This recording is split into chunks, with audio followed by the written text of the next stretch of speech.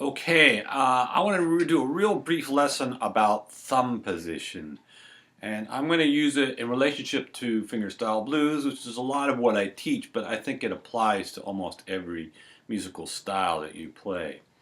Oftentimes, my beginning and even my intermediate students will be resting their thumb up on the top of the neck. And that's okay sometimes, but a lot of the time that impedes your ability to make quick movements on the guitar. I'll give you, for instance, I recently posted a lesson about Big Road Blues, Tommy Johnson song, and there's this section where he goes between a D and a D diminished chord.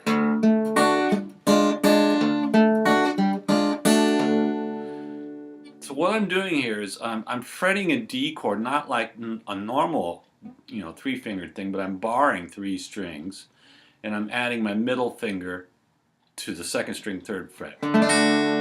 Still a D chord, but because I'm shifting between that D chord and a D diminished chord, I want to use the bar because I'll be barring here. Now, the movement I do here, I want you to see the detailed movement here.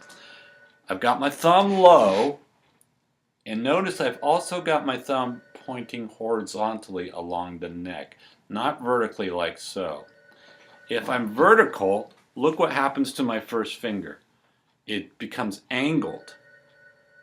And the more angled your finger is, the worse a sound you're going to get.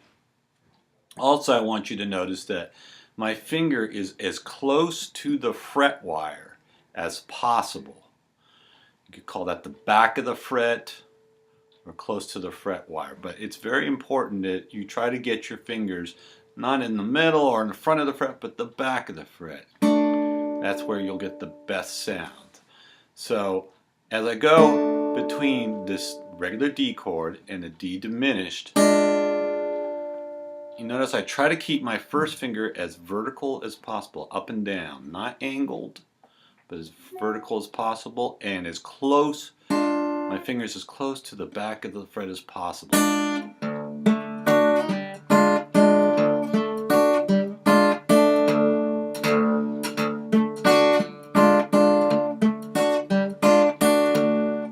The same can be true for any chord that you make. That's a drop D song.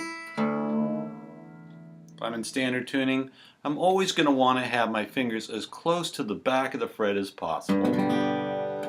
Like a G chord, a C chord. And as you can see that, my fingers are as close to the back of the fret as possible.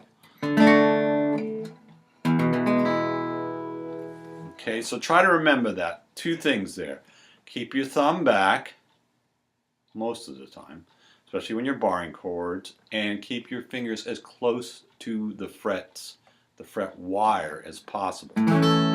You'll notice, I think, instantly that the sound of your playing is going to be a lot better. Okay, that's it. Thanks.